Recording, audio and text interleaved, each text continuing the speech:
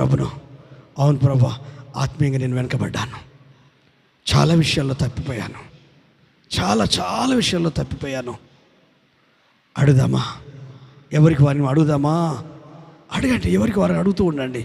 నిజంగా మందిరం అంటే, వాక్యం అంటే, ప్రార్థన అంటే, ఆత్మీయత అంటే, పరలోకం అంటే, నిత్యజీవం అంటే ఒక్కప్పుడున్న బర్నింగ్ లేదయ్యా, ఒక్కప్పుడున్న సమర్పణ లేదయ్యా, ఒక్కప్పుడున్న రగులుతున్న విశ్వాసం లేదయ్యా, ఒక్కప్పుడున్న ఆరాటం పోరాటం లేదయ్యా.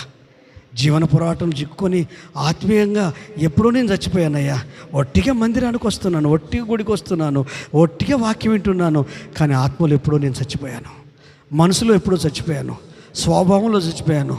ప్రేమ కానీ, కనికరం కానీ, ఆప్యాయత కానీ, నిన్ను ప్రేమించే గుణం కానీ, నీ పరిచయం ప్రేమించే గుణం కానీ, సంఘాన్ని, సహవాసాన్ని, ఆత్మీయులను, సేవకులను ప్రేమించే గుణం కానీ